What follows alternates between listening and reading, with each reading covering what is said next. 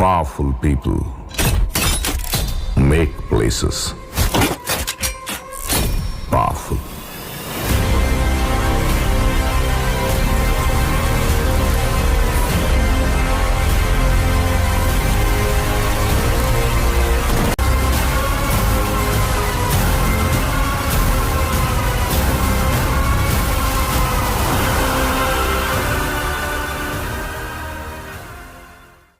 ನಮ್ಮ CCTV ಕೆಲಸ ಒಳ್ಳೆ ಚೆನ್ನಾಗಿ ಹಾಕಿದೆ, ಏನು ತೊಂದರೆ ಇಲ್ಲ, ಸೂಪರ್ ಆಗಿ ಒಳ್ಳೆ ಕ್ಲಾರಿಟಿ ಆಗಿದೆ.